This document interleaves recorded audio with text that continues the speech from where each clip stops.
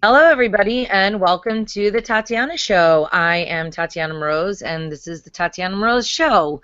I also have a lovely co-host, Josh Shigala from Voltoro. Voltoro, Josh, say hello to our lovely listeners. Hello, lovely listeners. I'm back in Berlin after spending a fantastic 3 weeks in the States at Freedom Fest. Freedom! In Las Vegas with Tatiana. We both had a great time there, and then also in San Francisco. It was amazing. Yes, and then we were at the blockchain event in Caesars, which had a lovely pool. Also a good event, but really the pool was where it was. I think our best times during this blockchain bonanza were spent at the pool. Josh, Yeah. did you like your first time at Freedom Fest? Your first time in Las Vegas, actually. Yeah, I mean Las Vegas. Wow, it's really it is the epitome of bread and circuses. You're totally encompassed in this fake world, and of course daylight and nighttime isn't a thing. It's just it's just sort of there's parts of Vegas where you're inside somewhere with a fake blue sky above you, so you still think it's daylight, and so you get very confused. And actually, the horrific attacks on the people of demonstrating in France for Bastille Day with I didn't even know about it. I was in this land of bread and circuses with ball games on there were like a million monitors, and somehow didn't even manage to capture a massive incident in world politics or whatever you want to categorize it. Because, it's stunning to see so much distraction, just so really circuses. But amazing time at Freedom Fest. A really great bunch of people. Had some very, very interesting conversations. You had to get through the forest of some Trump supporters to get to the gold of the anarchists through the forest, through the Trump forest. So, but I didn't think that there were very many Trump people there. I had a good time over at Caesars again. I don't want to make it only about Freedom Fest because there were a lot of really good speakers, and I got to see a lot of my friends. I had suggested a lot of the speakers, and one of the people and this has been retweeted a bunch of times, was that they had a really nice, diverse group of people that were speaking, and it wasn't just all old white guys. So that was kind of cool, and also very good speakers. And then D10E, which was in San Francisco, Josh and we flew up on the 19th, right after the blockchain event, to D10E, and then there was it was a one-day event that ended up at some place somewhere with Judd Weiss taking photos of us all, making us beautiful. So that was always really fun, and yeah. good organization. So after that, Josh stayed behind in Broke my wrist. San Francisco so he could break his wrist because he wanted to show he was very athletic and clearly failed. No, never try a one-wheeled skateboard without a helmet. Or after having a couple drinks. Oh yeah, and that too. Yeah, that's true. And so then I came back to New York where there were two more conferences. This was a conference bonanza this month. We had the Digital Rights Tech Summit, which was put on by this guy Ned that I know, and I was invited, but there were a lot of really cool people, and there was a lot of talk about blockchain, so that was really exciting and interesting. Laureate Jaber Publishing told me about it. Anyway, and then there was the American Banker event, which I'm not like all about helping the bankers or anything, but I thought that it was had a lot of really interesting, great attendees and a lot of good speakers. The after conversation is always where the truth comes out, and everybody feels really optimistic about blockchain, Bitcoin, or whatever you want to call it. So it was good hanging out. I want to call it Bitcoin. What do you want to call it? Bitcoin? Yeah, I know. Well, I'm on that team too, but we're not picking teams today.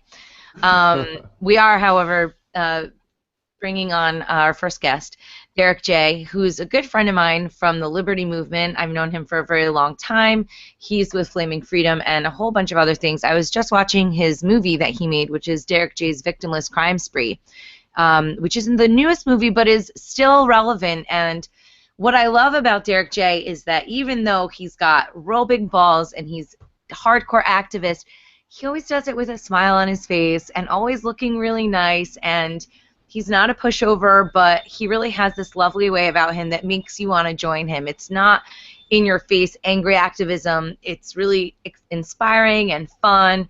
And welcome to the show, Derrick. I'm really glad to have you on today. Thank you so much, Tatiana and Josh. It's great to be here. You know, life is fun, and it's here for living. So I'm here to have fun, and you know, I don't mind these governments. They're just a bump in the road. We're going to get right over them and live our lives freely. I'm with you on that one, especially, you know, now that things seem like, you know, the news is really blasting that things are falling apart, but the way that they're blasting it is saying this side is bad, but really the facade is falling. You have to just sit back and laugh, and also work toward building new solutions without dependency on the government. Well, one of the radio shows that I do called Feens, we say we like to laugh while Western civilization collapses, and that's really what's happening. I mean, if you can't laugh about it, then you're gonna have a bad time. So. Yeah, yeah, at the end of the day, really, it's a very important thing, humor. It's really one of the things that allows us to cope with horrific incidents and heartache, is to step back and look on the bright side, look at the humor of it, and it's something that sometimes some people find it hard. You know, there's the old too soon sort of thing with some humor, but you know, sometimes it can't be too soon to laugh. So, Derrick, for the people at home that don't know who you are, and maybe you could give us a little bit of background, how you ended up in the crazy activist world, the community known as the Free State Project up in New Hampshire. Yeah, I moved to New Hampshire in 2011 as part of the Free State Project, which is an idea to get 20,000 liberty-loving people all to the same geographic location, and then question mark. We don't know what. You know, maybe freedom? Well, we got to figure that out. So it's a cool experiment, you know, for starting a new society based on the principles of self-ownership, based on non-aggression, and being a good neighbor, and then just being a model for others so that they can see what works, what doesn't, and give people an opportunity to really live free and take the consequences. So I did that in 2011. And I lived a little too free. I I ended up getting arrested several times. I made this movie, Victimless Crime Spree. It's free on YouTube. You can get it at victimlesscrimespree.com and see what happens when, you know, you have a dance party in the middle of the park, or smoke a joint out in front of a bunch of cops. Like, you know, these are things I think that people should be free to do. But if you do them today, there are going to be people who are going to try and hurt you. And you know, I could be sad about it, and you know, I did go to jail for my so-called crimes, but I decided, you know, How long were you in for?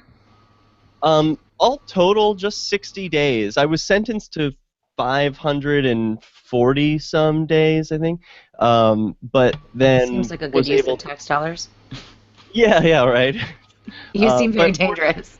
Yeah, they got to keep me away. Well, they do this. It's like people who have been arrested, even for like a victimless crime or you know, something small, they probably know that the way the courts typically operate is they threaten you with like a serious amount of time. Like I was actually facing 10 years.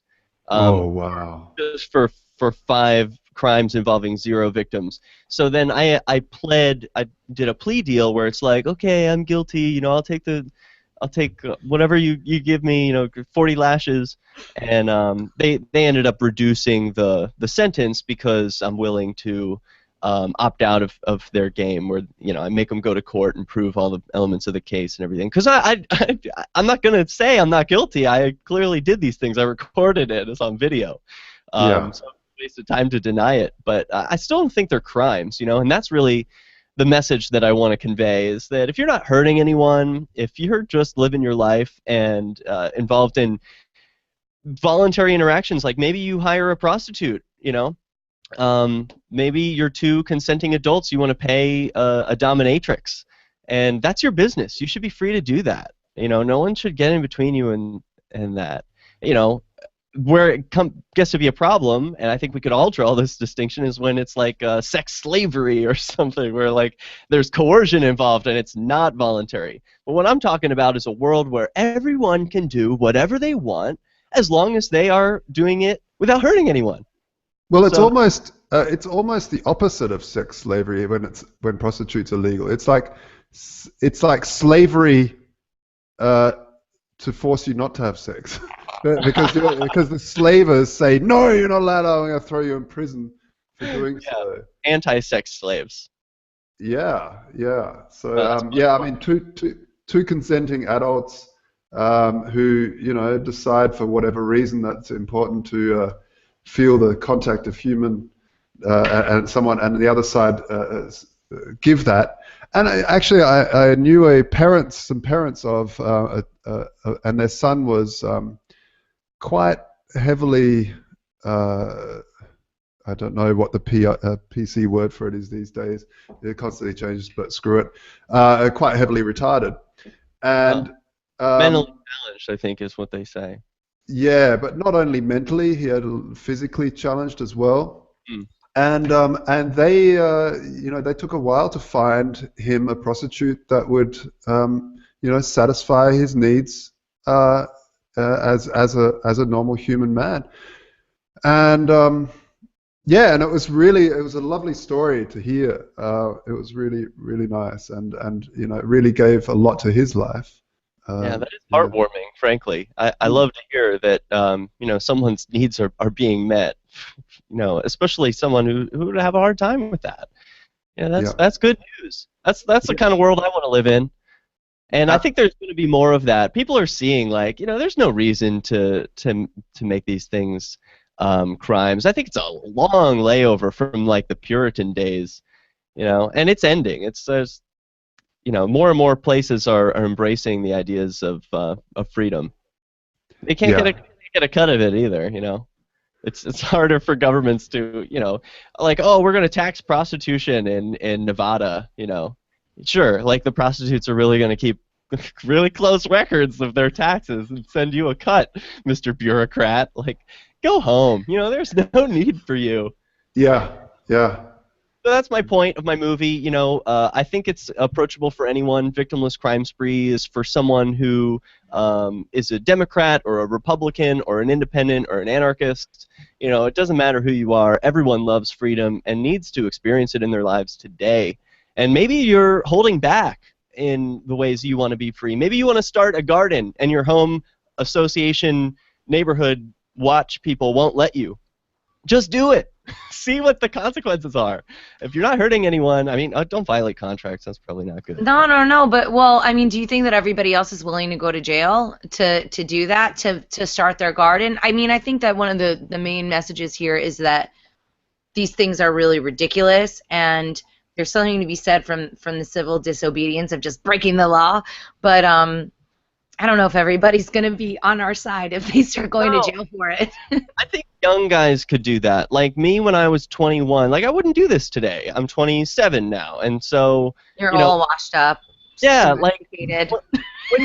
when you're a young gotta go get 'em and make my way in the world. That's the time to go. That's right. Go do that stuff. So yeah, and there's always a new crop of them coming up, right? So if you're listening to this and you're just coming out of high school and you're saying maybe I don't need to go to college, you're probably right. So why don't you go find a new way to make your life awesome? I was talking to someone the other day about self-ownership, as you brought that up earlier, and because I feel that especially freedom, and especially us people in the voluntarist camp, as I would say, would say that coming from first principles, meaning looking at it from a philosophical or scientific viewpoint, you need somewhere to start, right, with freedom, in terms of explaining it philosophically, to say, as a first question is, do you own yourself? And I've had conversations with people who really find that a hard question to answer. It's so strange. They even sit there pondering, well, you know, I don't, and it's quite amazing watching them jumping through hoops in their own head to try and explain that they don't own themselves, and at the same time that they're not slaves. Yeah. Yeah, it's tough to use your mouth to articulate a point that is your own if you don't own yourself. I can't imagine how that would actually work. Beautifully said. Beautifully said. But it is a challenging question. I find myself grappling with it still, because what does it mean to own yourself, and when does that happen? Like, is it the magic number 18? Like, oh, wow, you know, now you're an adult, you had a birthday, now the day before you didn't own yourself, and now you do. Right. It's really like more of a, do you take action to own yourself? And it doesn't matter if you're like some 65-year-old guy, never worked a day in his life, still living off of in his parents' basement. Yeah. I don't think you own yourself. I think they still own you. Like, you never took action to put a roof over your own head, to put your own food on the table, you know, to bring value to your neighborhood, to your world. Like, that's how you really own yourself. It's a verb. You know, it's not a descriptor. It's not an adjective like, oh, self-ownership. It's something you do. Interesting. Great way to look at it. Yeah. Yeah. Because it is a tricky question when it comes down to when, right? That's it's fascinating.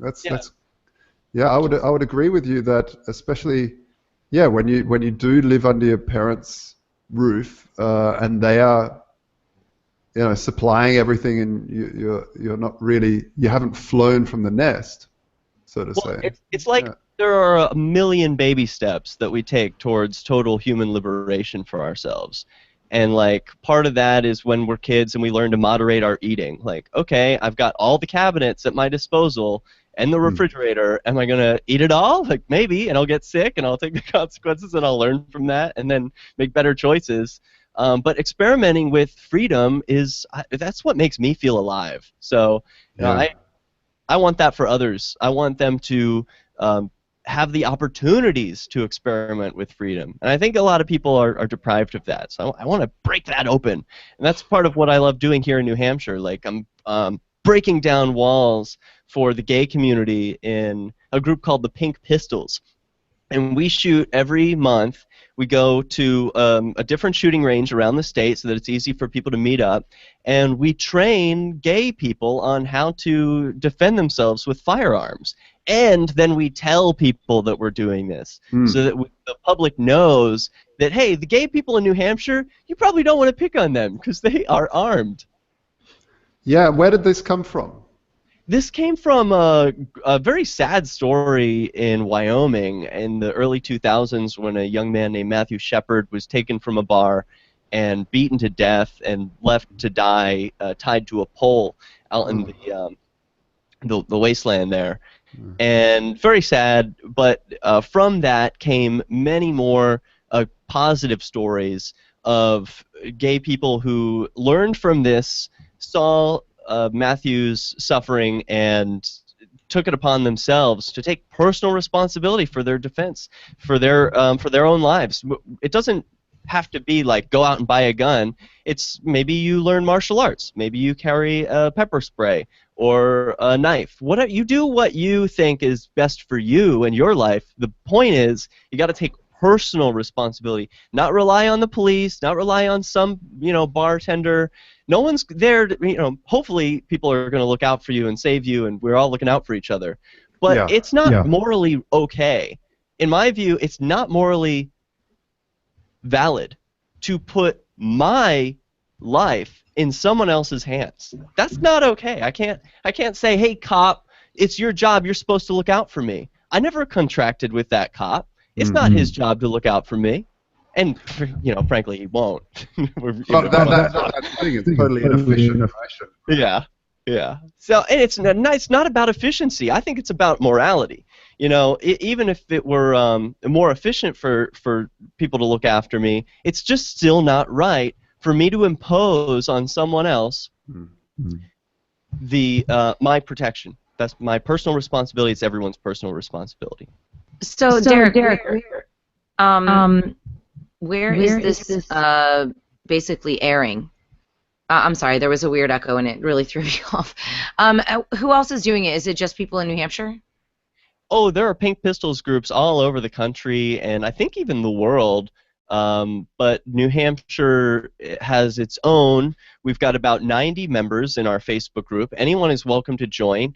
I've got a link to the Pink Pistols group on my website, which is thederrickj.com. So it's very easy to find. If anyone wants to, watch my movie or join Pink Pistols or any of the things that I talk about, it's all there.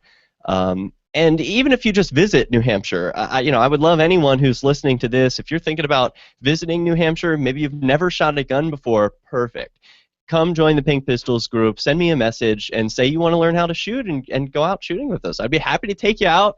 And, there's so much empowerment that comes with, you've shot guns, right? Has everyone here shot before? Yeah, I thought it was a scary experience, but I thought it was a good thing to do, but it was very disturbing. I'm not a fan of guns. But I think that, I'm a huge Second Amendment, yay guns. I want one, but I don't have one yet. Really? Don't show up at my house. I'm getting one tomorrow. Yeah, no. Anyone listening to this, Tatiana has a huge cache of guns at her house. Yes. She's ready to blow your head. I'm extremely well trained. Yeah. Personal wrestlers available in my clousets for invaders. No, really, what was scary about it for you? Because I can relate. My first time shooting, I sat there trying to pull the trigger for what felt like 5 minutes, just constantly pulling back, just slow.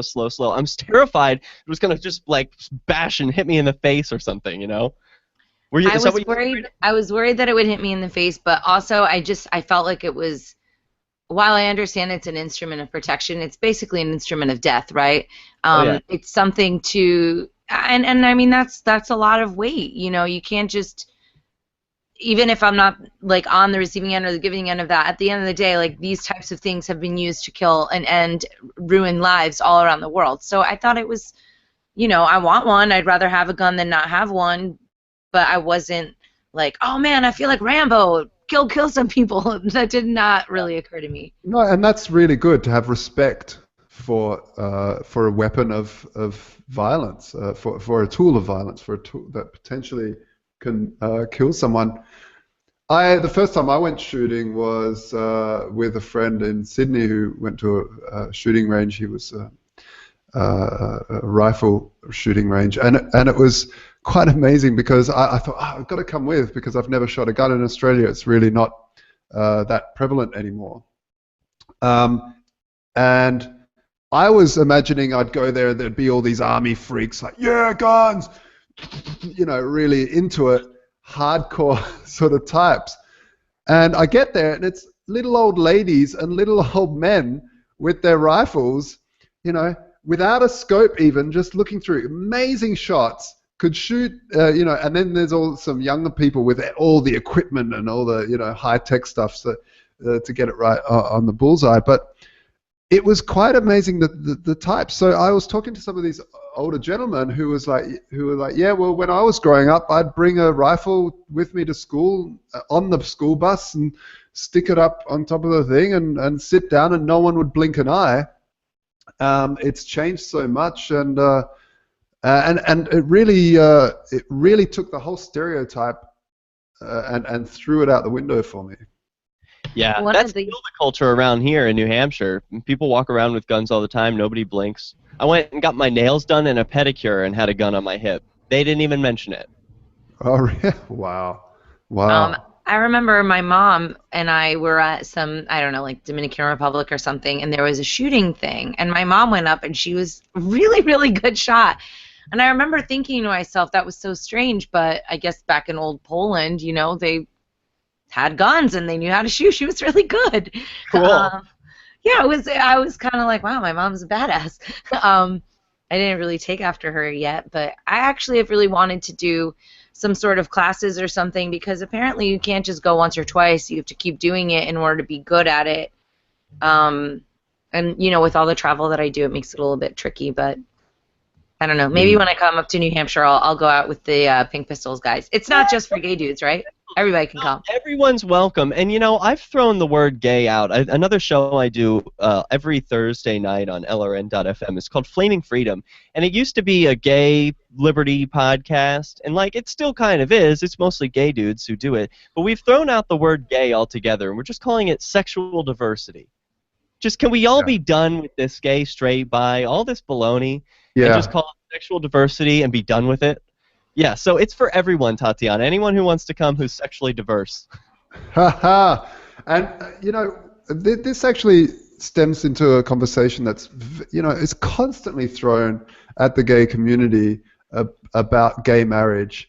And, for me, it's been this thing where it's like, look, I understand where you're coming from with wanting to be equal with everyone else, but let's not be equal slaves. What's the government doing handing out love licenses anyway? Whether you're gay, straight, whatever you are, what's the deal there? Why even follow that trend? How do you feel about that topic?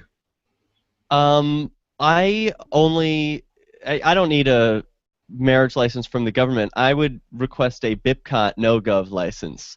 And this is an idea for a license that could be used on all media, software, and different products, including shows like this, where if you license it with the BIPCOT no-gov license at bipcot.org, then it is free to use and reuse for anyone except government agents. And if government agents use it, then they consent. It's right in the license. Then they consent to being ridiculed and mocked on the internet. So I love the punishment. Yeah, that's how it's enforced. We don't use government guns. So if I had a license, I would use a BIPCOT no-gov marriage license. Right. Nice. Very nice. I don't know anything about that, but Well, you just learned something. I guess now I know. Yeah, maybe. So people can check it out. How did you hear about this thing? Oh, a cool hard rocker named Michael Dean, he's one of the hosts of the Freedom Feens, invented the idea with another programmer because they developed some really cool software, and he does a radio show, and so they BIPCOT no-gov licensed it. Like, hey, what if the government tries to say, you said this or whatever on your radio show, and he says, but you're not allowed to listen to that. So, would this stand up in court if you banned government agents from using your stuff? So I actually fly a BIPCOT flag at my house, so no government agents are allowed inside. Sorry. I'm breaking the How license. long have you been doing this? For like a year or two. I made it a joke. I've got a flag over here for like Feens Fest Somalia. So the BIPCOT license, it kind of looks like this. It's like a teeth. An angry dragon mouth. Yeah, and it's a thing. It's just a joke thing, for like people who we're done with government and we're gonna just make fun of it. The last thing, speaking of being done with government, I know my time is running short. I want to mention a group called NHExit. You guys probably heard about Brexit. Oh, is this like a secession movement? Yeah. Of New Hampshire? For New Hampshire independence has been around for years. That's already a thing. But then with the momentum of Brexit, people are like, all right, let's do this. Let's get out of here. I don't need to be a part of this torture squad. We send them our money. They make us poor. They give us the drug war. I don't need this. I'm out. And so I've been doing activism every couple of weeks. People from all over the state are holding events where, we hold signs, wave flags, and talk to the people who are walking by like, what do you think about the idea of leaving the federal government? What do you think about New Hampshire secession or independence? What would that look like to you, and how would you benefit from that? And there's a lot of people who I think find that idea attractive. They know that it's not in their best interest to be a part of the empire, and that they would be wealthier and healthier without it. Yeah, absolutely, because we're paying for the big bully on the block. He's eating from everybody's kitchen. Yeah. Interesting. I like that people are into it. I think maybe with what's happening with the elections right now, it's hilarious. Actually, what's happening with the elections, I love it all burning to the ground. So maybe people are a little bit more open-minded to it. Yeah, we're like, hey, look at the choices that you're given. I mean, if that's not...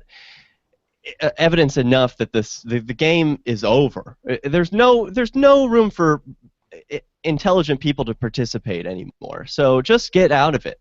Don't be Well, part of it. I actually saw something the other day. It was kind of, it really highlighted that situation, and it was a picture of Stalin and a picture of Hitler, and it said, "Democracy, you get the choice. At least one of these people are gonna get in to power because you've got the choice of Stalin and Hitler." And that's the thing. You think you have a choice, but really you have a choice of two total megalomaniac power freaks who really don't have much humility at all, who then want to sit there and live off and tell everybody else how to live their lives, and not really have any market feedback at all.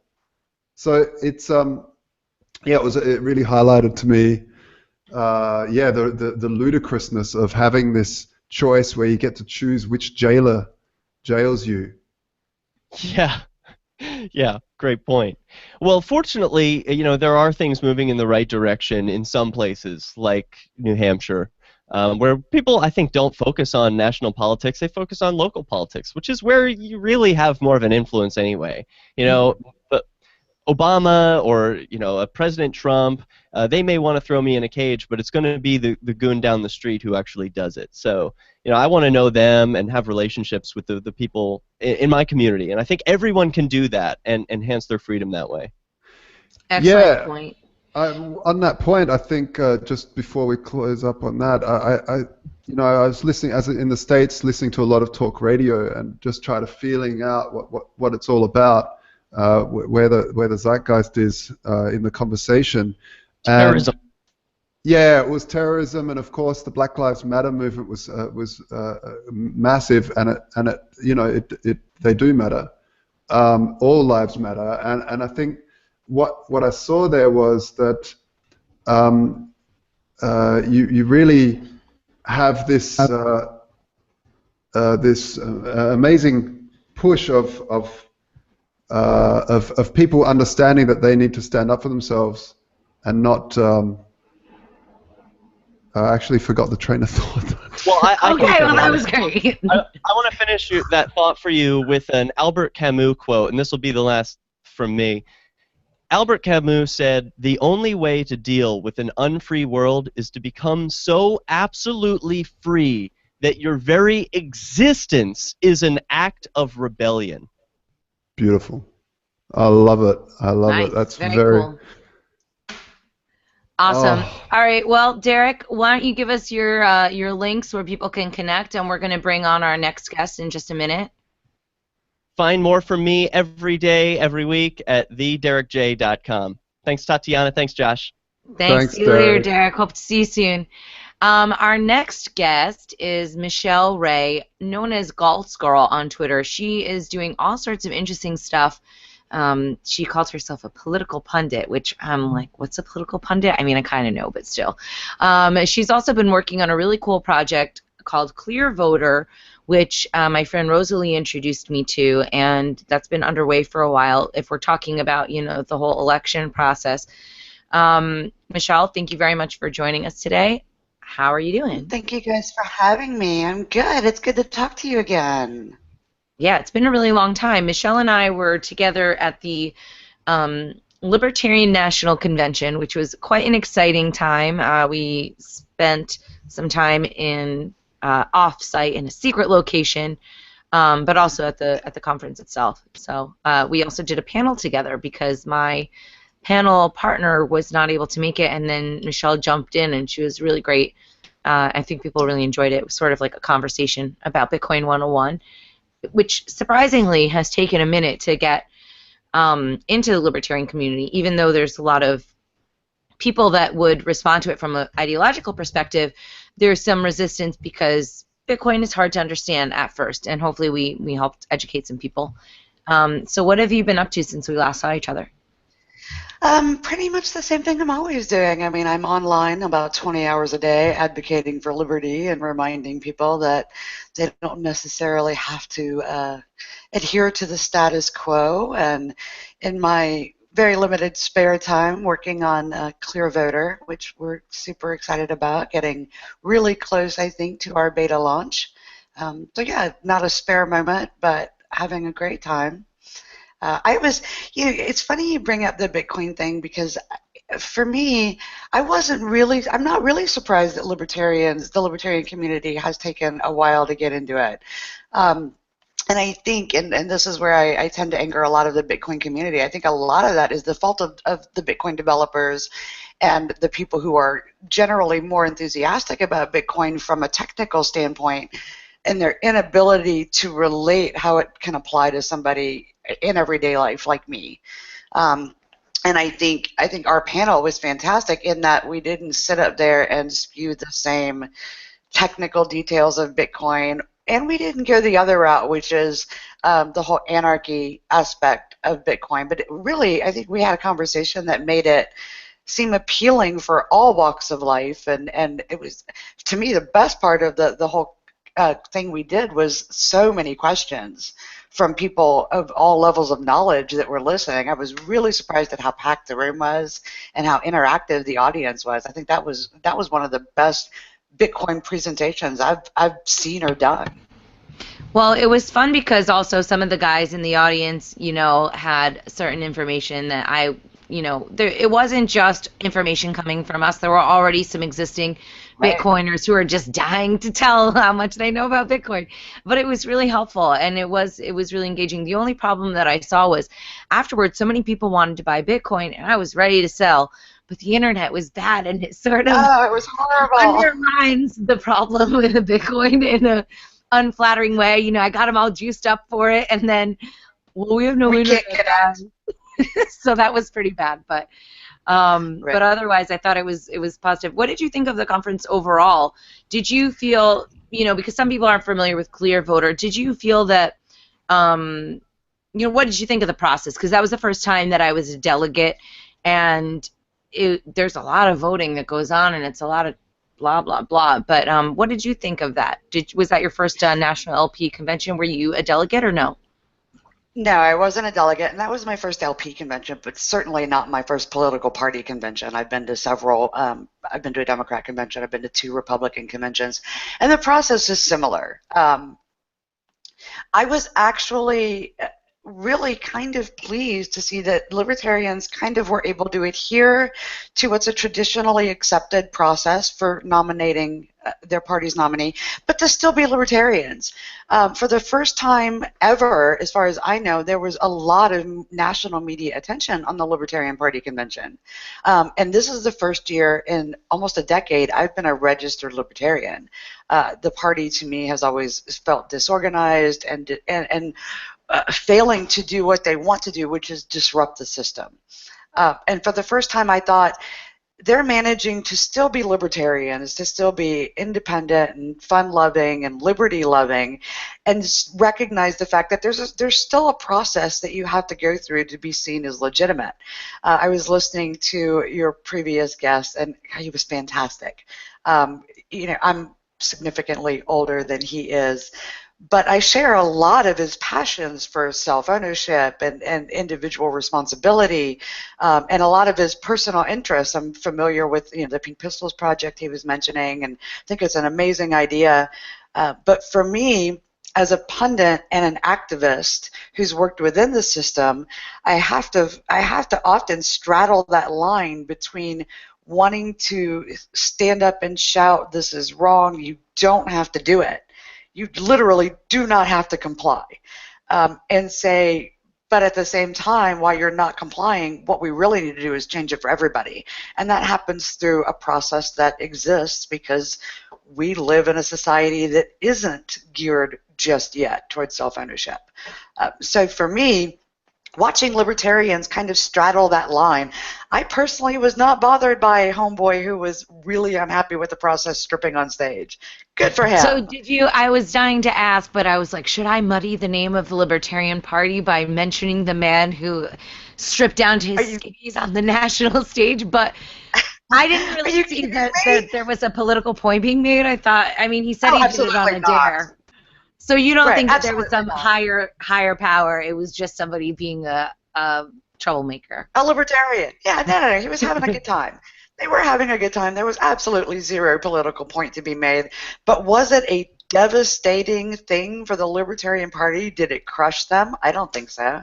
I mean, I think there were media pundits who had a great time with it. And I think there were some people within the party infrastructure who were like horrified. But in the grand scheme of things, the Libertarian Party is facing Donald Trump and Hillary Clinton. This is a blip on the media news radar. It wasn't a horrifying event. No one got hurt. It was funny. Poor guy. I mean, I It personally was could. pretty funny. I don't know if I would want to take the body shaming that was associated with that whole performance. I don't think he cared very much. Obviously, No, good for him, right? you know what? That's such a guy thing. They just let it all hang out, like, oh, baby, Right. look at my belly. Right, Anyway, right. it And I wasn't mean, quite like, that bad. I personally wouldn't do it. I personally wouldn't have seen anything advantageous about it. But the reality is that it wasn't devastating for the party. And as much as everybody, particularly my Republican friends who are resistant to a third party, made a production about this is why libertarians are not taken seriously, it's very easy for me to go, you're talking about a guy who holds no official position and you just nominated Donald Trump. Tell me again about how that was a devastating move for the Libertarian Party. It was a blip on media radar. And to be honest with you, I wasn't all that offended. I don't know if I was offended. I'll have to think it through, and then I might voice my opinion and demand that this kind of behavior never happens again. But tell me a little bit about Clearvoter, because some of our audience might not be familiar with it. And where are you guys at in the development? Because this has been going on for quite a while. And is this something that, you know, we've been talking about American politics. Is this something that's only for Americans, or, you know, can Josh play too? You know, I think ultimately Clearvoter is going to prove valuable outside of America. Right now, in beta, we're certainly designing around my personal experiences and the rest of our team's personal experiences.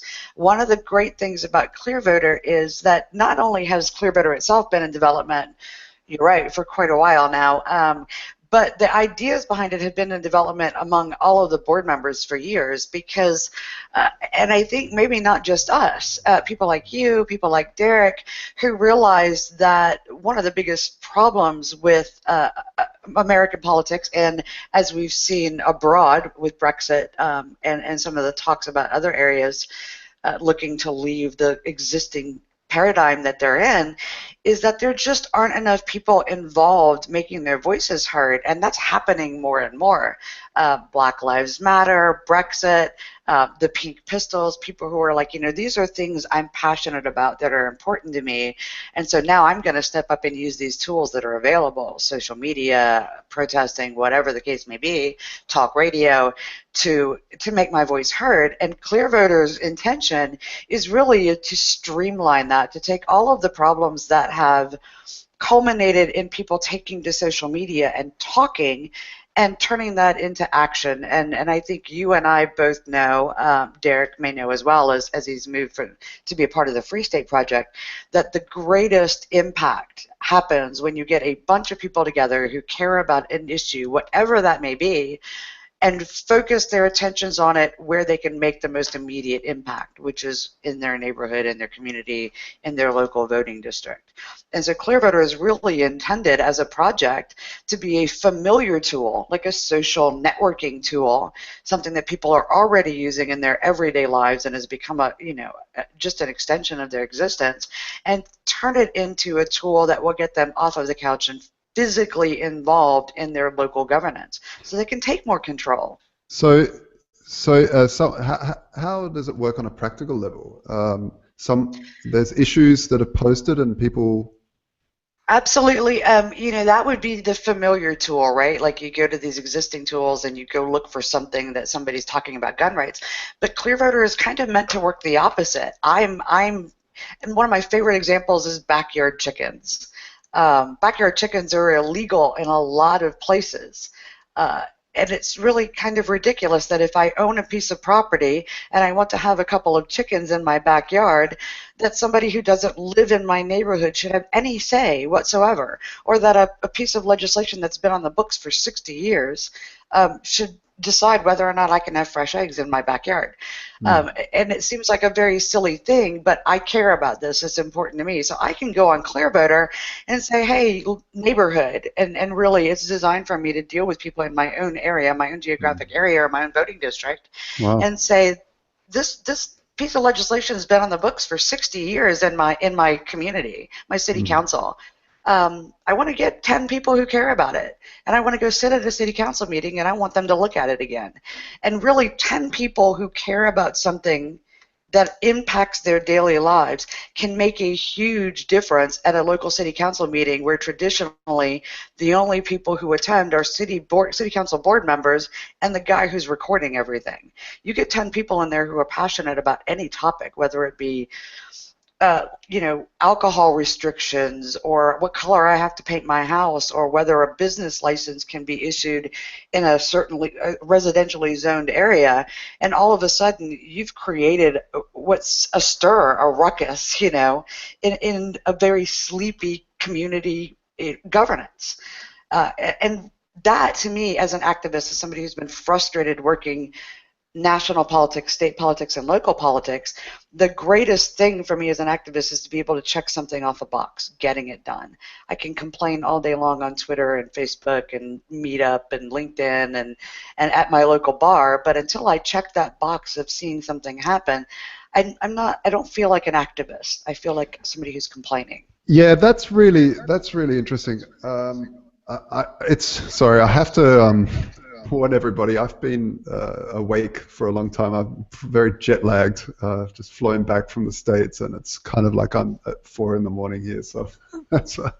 But yeah, I found a long time ago that my activism was just not really making a difference. I just felt like I was complaining all the time. It was like, I'd be out there campaigning and be at these demos holding flags and holding this and that. And that's when I found Bitcoin and cryptocurrencies originally.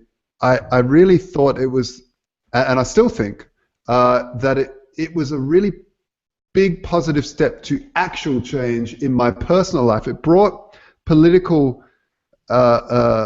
activism down to a personal level to say, hey, if I engage with this, I'm actually peacefully exiting and I'm doing something for myself. So I really resonate with that. Yeah. Well, and Bitcoin was the same thing for me. For me, it was an opportunity to say I have to walk the walk, right? If I'm an activist for self-ownership and I'm an activist for freedom, which comes with it responsibility for my own actions, responsibility for my own station in life, my own situation, or my own opportunities. Bitcoin for me was that. I could talk all day long about how I hate central banking and I think central planning is a terrible thing. But as long as I participate in that system, as long as I willingly donate to that system and I'm a part of it, all I'm really doing is complaining. And so I felt exactly the same way about Bitcoin. The first time I purchased something with Bitcoin on my, having zero need to convert to US dollars at first was a monumentous occasion for me. That was a personal use case for Bitcoin. And then on the flip side, as an activist, I look at some of these side projects that have come out of just the development of Bitcoin, not just blockchain, but the realization, the smacking of the forehead that we don't have to do things the way they've always been done. I do a weekly technology show, and it's really not about politics at all, but it's really just building excitement about all of these innovations, small and large, that are really changing the way people live their lives, sometimes for fun, sometimes bringing families back together, in ways that they've been pulled apart by the way we live our lives, and sometimes by helping people in ways we never thought were possible, things like 3D printing prosthetics, bio 3D printing, to me, those advancements that change the way we look at solutions are super exciting. In the same way that Bitcoin was. So it's very easy for me to get excited and say, oh, 3D printing is going to change the world. But when I go on a radio show and I talk about a story about a 4-year-old boy who can now play soccer because he's got a 3D printing prosthetic, that brings that kind of innovation home and makes it personal. And I think activism, political or otherwise, works in exactly the same way. You don't have to work within the existing structure, within the existing boxes. And Clearvoter is absolutely intended to take that power outside of you have to go petition and you can go stand there and hope somebody notices your message and then hope some legislator runs with it, and it gives you the tool to say, well, I'm going to get 20 people together, I'm going to go sit in a board meeting, I'm going to go sit in my city council, and I'm going to change this in my neighborhood.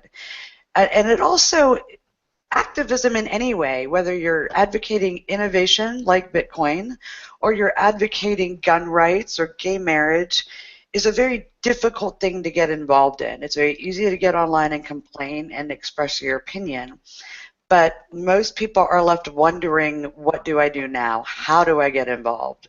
What tools do I have?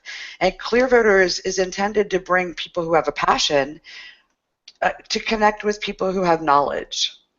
So as an activist myself, somebody who's traveled the country, or as Tatiana has done, as I've seen her do it for the things she's passionate for, she can connect with people about things she cares about and say, look, I've got this experience. Let me show you how to even just connect with your media.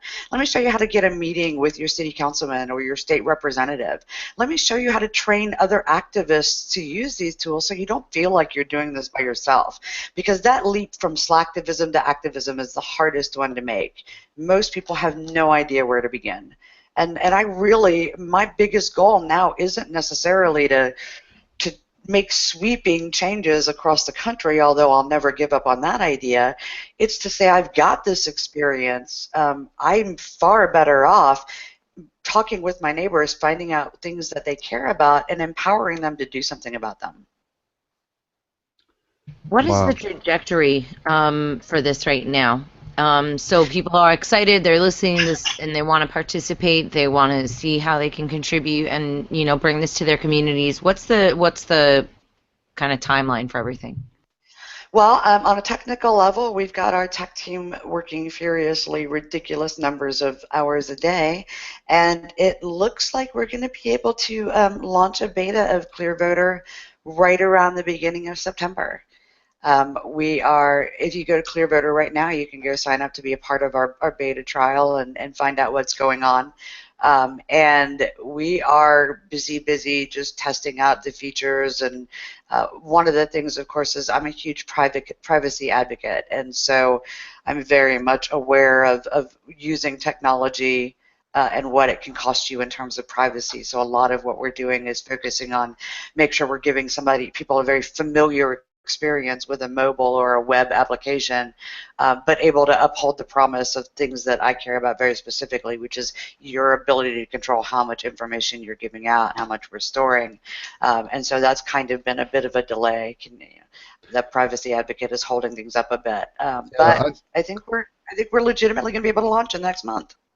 That's great news. That's great news. Congratulations. I know you. how hard it is building a startup and getting a product and creating something from scratch. It's a big endeavor and it's a fun endeavor. What I really to talk to the privacy side, actually, what I really like is the Android upgrade has given the choice of what permissions an app needs, because sometimes you download an app, like a torch app or something, and it'll want like so many access to so many things, like your GPS and all this stuff, and you're thinking, why does a torch app need?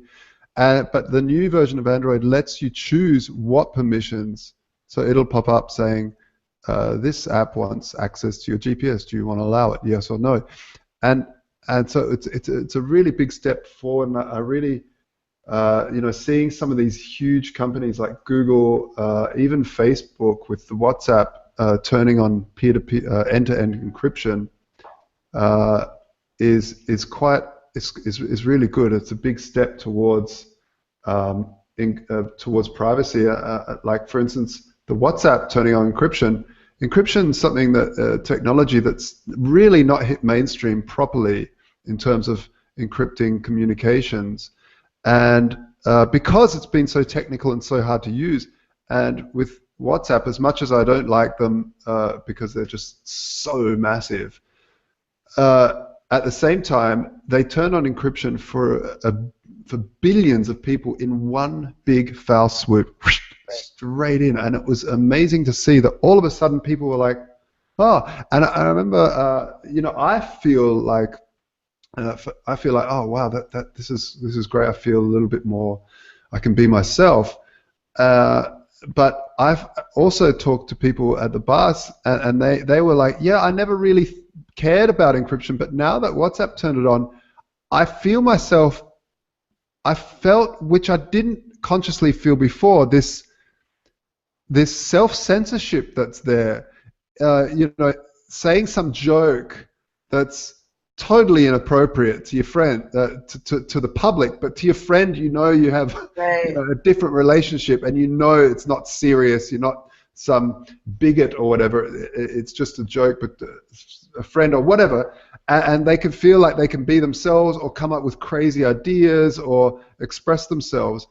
And they've said to me straight out, I didn't even know I was self-censoring, and now I don't because of this. So it's quite kind of interesting. Yeah.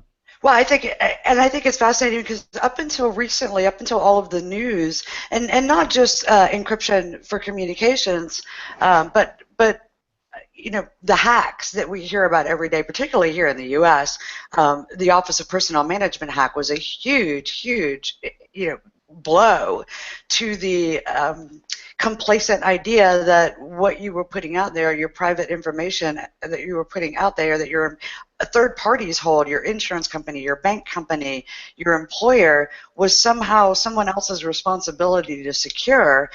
That illusion has been shattered. And I felt like up until recently, even though I'm a huge privacy advocate, I've had to choose between the convenience of these wildly popular apps and games and things that I want to participate in, and the safety and security of my information and my family's information. And it seems silly. I mean, here I am, just an online political pundit, but I also have a family that is completely unrelated to my career.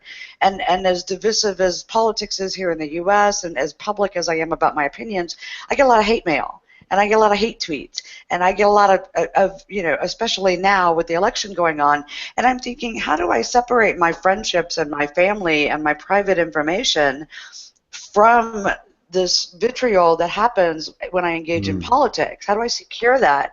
And if I'm using something like Facebook or Twitter or like you said, a flashlight app or a banking app on my phone, and they're requiring all of this access and private information, there is no way for me to secure my family and my friends and my other employment separately from this very public thing I engage in. So it really has felt up until now, up until encryption has become part of a mainstream conversation, like I not only had to self-censor myself in private conversations, but I had to consider very carefully how much I wanted to expose my family, friends, and employers to with my public conversation online. Because the data is out there and it's hackable. So encrypt everything is now kind of a mantra for me. As much as I can encrypt and as little as I can share makes me feel freer to speak and freer to express my opinion. Yeah, I'm very, very sorry to hear that you're getting threats. That's awful. That's really, really awful. And it was funny, when I was in the States, I was staying at a startup Airbnb place where there was a lot of people, like 12 people all staying there and sharing a place. And anyway, of course, like anything in society, politics came up, and there was a guy from Alabama who was really trumpeting his Trump, and someone on the other side, and they got so intense at each other. They were really aggressive and angry and upset, and one started crying and the other, and I was thinking, what are you guys doing? Your opinions don't even make any change. It's just this sort of, again, this slacktivism thing, but how passionate people get over something that they really have no control over on that level, and yet, something like Clearvoter comes along and gives people actual power to make a change in their local community. So that's really great. But yeah, the notion of politics and how passionate people get and how angry, and then I guess coming to the point where people even get death threats because of their opinion on a political subject, which really at the end of the day is just an opinion, and everything should be talked about. And if you can be offended, it means you're free. Well, I agree. And we're hoping that Clearvoter kind of pulls back some of the vitriol, because you get angry when you feel unempowered, when you feel like you have no power at all. And we're hoping to change that a little bit. Excellent. So everybody, thanks very much. We've got to wrap up. This has been a good conversation. If you want to catch up with Michelle, her Twitter is GulchGirl, and the website is clearvoter.com. You can all check it out.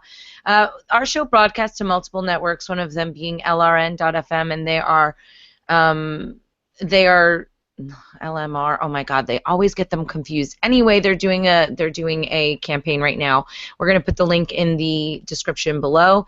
If you are listening on Let's Talk Bitcoin and you want to earn your LTB coin, the magic phrase is free to be offended. So free to be offended, that's the magic word. We'll be back with you next week. We've got some good Victimless Crime Spree. Thanks very much to Michelle. Thanks to Valtoro. And also, if you want to connect with me, find out about the projects I'm working on, please go to TatianaMoroz.com and CryptoMediaHub.com for anything PR and marketing related in the space. Thanks, everybody. I'll talk to you soon. Yeah. Ciao. Next week I'll be not as tired. Bye.